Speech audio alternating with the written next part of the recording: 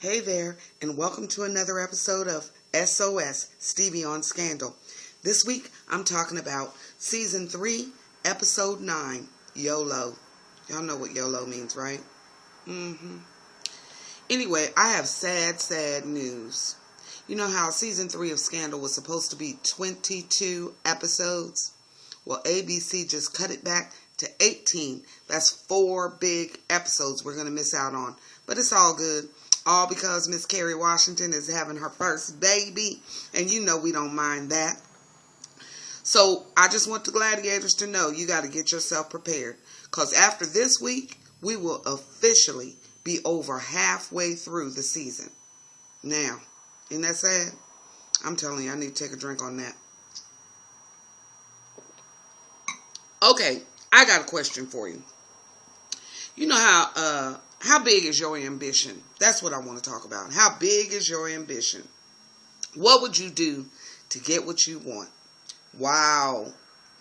Don't forget, YOLO, you only live once.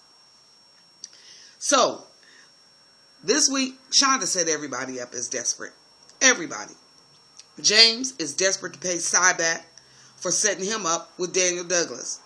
Melly and Cy, desperate to take Sally down so Fitz can get the nomination and win.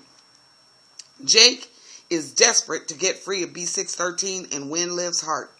Abby and David want to be normal. Daniel Douglas is desperate to stay in the closet. Eli Pope is desperate to find Maya. Well, folks, you know what they say. Desperate times call for desperate measures. Honey, I just want you to know everybody was acting up in that camp.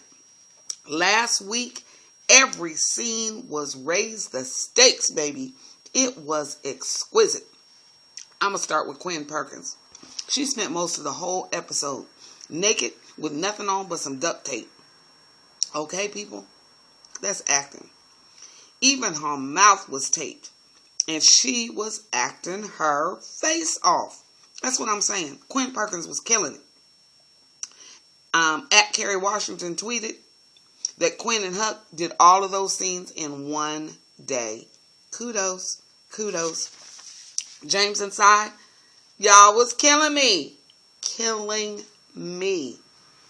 All the sexual innuendo one-liners James had were fantastic. Cy was breaking down in tears. Woo, you never thought you'd see Cyrus breaking down in tears. Now, some of you gladiators think that Cyrus deserves what James is dishing out. You know, because he kind of set James up. But what about James's ambition? That's what I want to say. James kind of flirted with Cy and went after Cy. Are you kidding? You think they'd really be together? I mean, Cyrus is how much older than James? Anyway, he knew what he was going after.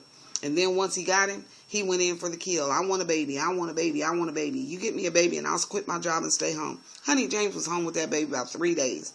And then he was off to his next big ambition. Okay? So that's all I'm saying. And then a lot of y'all think James didn't really do anything with Daniel Douglas. But they got the pictures. They have the pictures. Now, ABC can't show us the pictures of them actually doing it. But they did it. They did it. You see James's face when Cy said he had the pictures? Oh, they did it. And then when Sally was telling Daniel Douglas, it's a go. It's a go. His face. She thanked him for his restraint. He was looking crazy because he know he didn't restrain. Which brings to the point that Sally know he gay.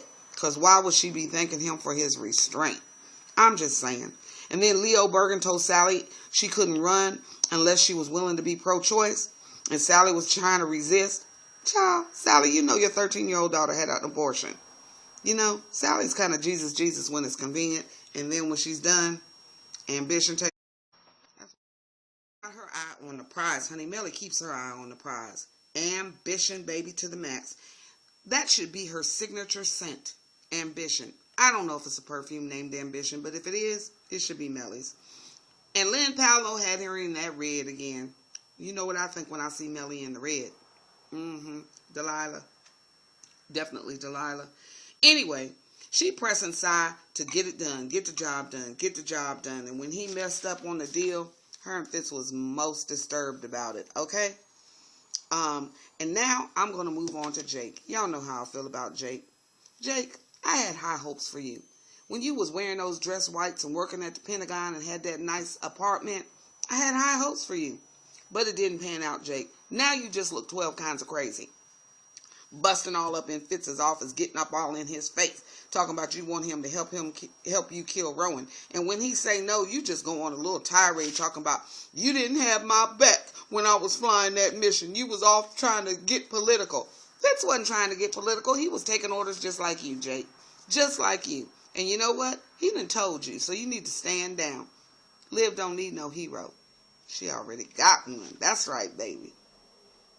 Abby and Harrison, y'all were real good too. Loved Abby's outfit. Loved it, loved it, loved it. Love what they're doing with you this season. Perfect hair, good outfits. It's working. You and David are too cute.